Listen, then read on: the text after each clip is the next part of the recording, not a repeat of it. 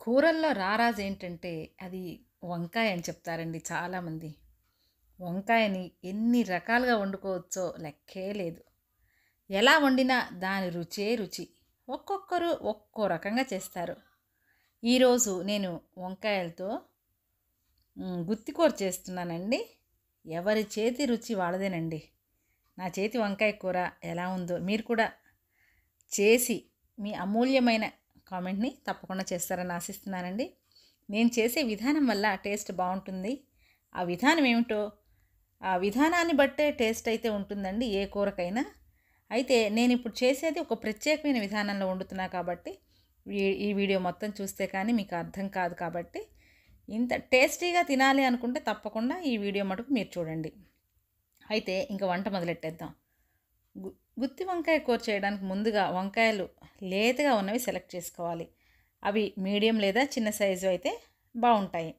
అన్నీ సమంగా ఉంటే ఇంకా బాగుంటుంది. అవి చక్కగా కడిగేసి ముచ్చిగా తోకని కట్ చేసేసి పెట్టుకోవాలి.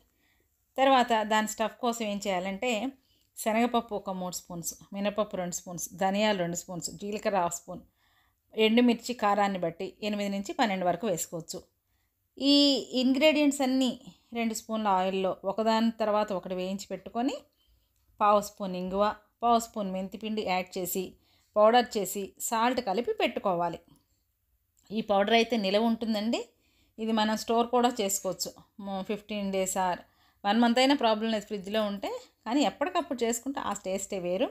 అంటే మన టైం ఫ్యాక్టర్ అనమాట. అయితే ఈరోజు నేను ఉల్లికారం స్టఫ్ చేస్తున్నానండి. అయితే 2 ఉల్లిపాయలను ఫ్రై చేసి పైన మనం ఏ పౌడర్ అయితే చేసుకున్నామో దాన్ని ఒక 2 ఉల్లిపాయలకి మనం ఒక 4 స్పూన్ల వరకు వేయచ్చు అనమాట. ఈ పైన పౌడర్ని యాడ్ చేసి ముద్దగా చేసి వంకాయలు పుచ్చులు లేకుండా చూసుకుని మధ్యలో గంటు పెట్టి స్టఫ్ చేయాలి. స్టఫ్డ్ వంకాయల్ని మూకుడులో 5 స్పూన్ల నూనె వేసి అందులో వేసి ఈ వంకాయలు స్టఫ్ చేసినవన్నీ అందులో వేయాలండి. వేసి కొంచెం సాల్ట్ పైన వేసి మూత పెట్టాలన్నమాట. ఆ మూత పెట్టే విధానం ఒకటి ఉంటుందండి. మామూలుగా అయితే చాలామంది ఒక మూతను బోర్లిచ్చేస్తూ ఉంటారు. అలా కాకుండా ఇక్కడ చక్కగా ఒక ప్లేట్ దానికి సరిపడా బాండీ కన్నా పైన పెద్ద మూతను తీసుకుని దానిలో వాటర్ పోయండి సగం వరకు.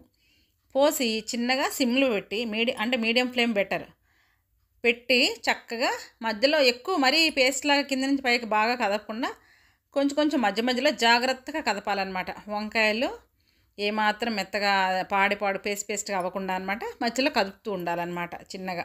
మూతను తీసేప్పుడు జాగ్రత్త అండి. కాళ్ళ మీద పడితే అలవాటు లేని వాళ్ళకి నీళ్లు పడితే చాలా వేడిగా ఉంటాయి కాబట్టి ప్రాబ్లం వస్తుంది.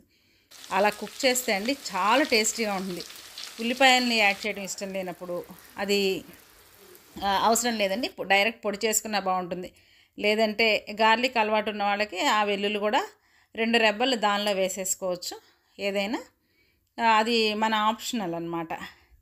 అయితే ఇక్కడ ఎలాంటి స్టఫ్ చేసినా కూడా ఈ విధానంలో వండితే అండి టేస్ట్ మటుకు చాలా డిఫరెంట్గా ఉంటుంది. ఎందుకంటే ఈ విధానంలో వండటం వల్ల 2 లాభాలు ఉంటాయండి. ఒకటేంటంటే అంత ఎక్కువ ఆయిల్ పట్టదు, కొంచెం తక్కువ పడుతుంది. ఎందుకంటే ఆవిరి మీద ఉడుకుతుంది చక్కగా. ఆ తర్వాత కూర కూడా మాడకుండా ఉంటుంది. అడుగు అసలు అంటదన్నమాట ఇట్లా చక్కగా ఆవిరి మీద కుక్ అయినప్పుడు. అదనమాట టేస్ట్ బాగుంటుంది, కూర మాడకుండా ఉంటుంది. జనరల్గా గుత్తి వంకాయ ఎక్కువ పట్టే ఆయిల్ని కొంచెం తగ్గించిన వాళ్ళం అవుతుంది అనమాట. ఇన్ని బెనిఫిట్స్ ఉన్నాయి. టేస్ట్ అదిరిపోతుంది. తర్వాత మనం ఇత్తడి గిన్నెలో చేసుకుంటే ఒక రుచి వస్తుందండి. ఇట్లా స్టీల్ మూకుడు లేకపోతే ఇట్లా ఆ చేసే గిన్నెని బట్టి కూడా అండి ఎప్పుడు కూర రుచి మారుతూ ఉంటుంది. మనం అంటూ ఉంటాం పెద్దవాళ్ళు చేసినట్టు ఈ వంట లేదు అని. ఎందుకంటే ఆ విధానం అంతే. అదే సేమ్ పౌడర్స్ వేస్తాము, అలాగే చేస్తాం, వంకాయలు మంచిగా తెస్తాం. కానీ టేస్ట్ మటుకు మా అమ్మ చేసినట్టు లేదు, మా బామ్మ చేసినట్లేదు, ఇట్లా మాట్లాడుకుంటూ ఉండే విధానం మాత్రమే. ఈ విధానం ఖచ్చితంగా ట్రై చేయండి, మీకు చాలా నచ్చుతుంది. మీరు ఇలా చేసి మీ కామెంట్ని పెట్టండి తప్పకుండా. ఏదైనా నూనెలో ఉడికిన ఆ నూనె వంకాయ రుచే వేరండి. కాస్త నూనె అయితే అయింది కానీ చాలా టేస్టీగా ఉంటుంది. ట్రై చేసి తప్పకుండా కామెంట్ చేయండి. మీ ఇంట్లో మీరెలా ఏ విధానంలో చేస్తారో కూడా కామెంట్ చేయండి. మరో మంచి వీడియోతో మళ్ళీ కలుద్దాం. ఉంటా మరి.